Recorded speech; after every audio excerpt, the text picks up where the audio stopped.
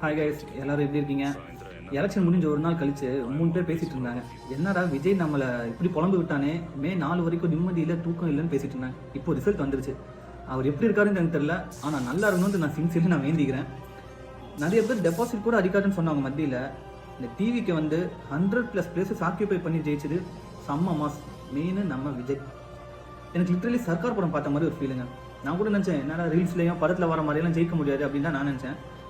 ஆனால் இன்றைக்கி ரியலாகவே வேறு லெவலில் இறங்கி காமிச்சிட்டாரு நம்ம விஜய். எந்த ஒரு கட்சி கூட சேராமல் தனியாக நின்று ஜெயிக்கிறதெல்லாம் பிக்கஸ்ட் ரெஸ்பெக்ட்.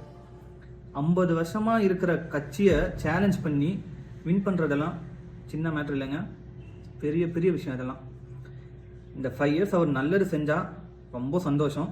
நம்ம எல்லோரும் சப்போர்ட் பண்ணுவோம், அவருக்கு சப்போர்ட் பண்ண ட்ரை பண்ணலாம். மெயினாக இந்த பெரிய ஆளுங்க பேச்செல்லாம் கேட்காம, யாரும் தெரியும்னு நினைக்கிறேன், இந்த அமித்ஷா, நிறையா ஷாங் இருக்காங்க, அப்புறம் இந்த பிஜேபி, இவங்க பேச்செல்லாம் கேட்காம தனியாக நின்று தனியாக யோசித்து செயல் பண்ணாருன்னா சீரியஸ்லி நல்லாயிருக்கும். இப்படியே தனியாக ஸ்ட்ராங்காக நின்று இருந்தால் போதும் நம்மளுக்கே. All the best Thalapathy, sorry CM Vijay. Assalamualaikum, ni hari.